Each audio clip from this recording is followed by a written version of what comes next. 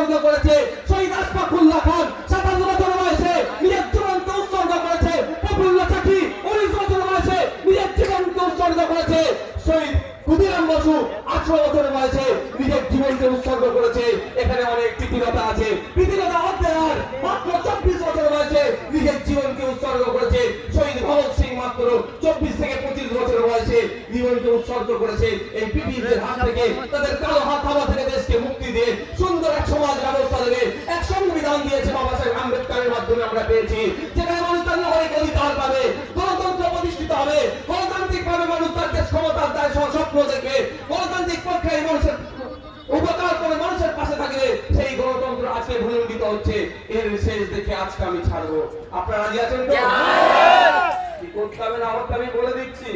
সব থেকে বড় কথা বললাম, গুলি খেতে হবে। অসুবিধা আছে? আমরা যদি এখানে আমি বসে থাকি, আপনারা বসে থাকবেন তো? পুলিশ যদি অ্যারেস্ট করতে আসে ভয় পালাবেন না? আমার প্রথমে অ্যারেস্ট করবে, তারপর আপনাদেরকে করবে। যদি আমি চলে যেতে পারি, আপনার অসুবিধা আছে? অসুবিধা নেই তো? ঠিক আছে, বাহ, ভেরি গুড। আমি প্রস্তুত আছি। বক্তব্য ভাই অনেক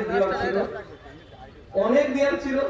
সেই মন মানসিকতা নিয়ে আমার হাতে কিন্তু প্রচন্ড যন্ত্রণা হচ্ছে ট্যাবলেট খাওয়ার পরেও।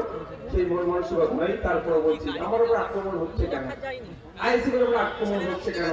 আমি হিন্দু ভাইদের দেবত্ব সম্পত্তি এই সরকারের আমলে এসে লুট হয়ে যাচ্ছে, এর বিরুদ্ধে বলছি বলে আক্রমণ নেমে আসছে। আমি ওয়াকফ প্রপার্টি বিহাত হয়ে যাচ্ছে সরকারের আমলে, এর বিরুদ্ধে বলছি বলে আমার উপর আক্রমণ আসছে। হিন্দু বোন হিন্দু মা পেট পরীক্ষা দিতে গেছে, তার সাদা পাকা খুলে নি, সাদার পালা খুলে তাকে শিক্ষা পরীক্ষা কেন্দ্রে যেতে কেন হলো? এর বিরুদ্ধে যখন বলছি আমার উপর আক্রমণ নেমে আসছে। আমি এখন বলছি আমার এক বোন মাধ্যমিক পরীক্ষা দিতে গিয়েছে, তার হিজাবটাকে খুলে মাধ্যমিক কেন্দ্রে কেন যেতে হলো?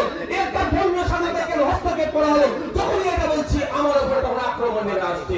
এই বলাকে বন্ধ করে দেবো না, বন্ধ করে দেবো নাকি? আপনারা আলোচনা করবো না, কারণ আমি তার চতুর্থ প্রজন্ম, আমি তার উত্তরসূরি। যার তিনি ব্রিটিশদের বিরুদ্ধে একইভাবে লড়াই করে বাংলার অগণিত মানুষকে লড়াই উদ্বুদ্ধ করেছিলেন। সেই প্রান্তিক আবু বকর সিদ্দিকের আমি বংশধর। আমার চোখের সামনে অসাংবিধানিক কর্মকাণ্ড হয়ে যাবে, অগণতান্ত্রিক কর্মকাণ্ড হয়ে যাবে, গণতন্ত্রকে হত্যা করা হবে। আমি আমি এটাকে মেনে নিতে পারি না, প্রতিবাদ করবো। আমার অপরাধ কি?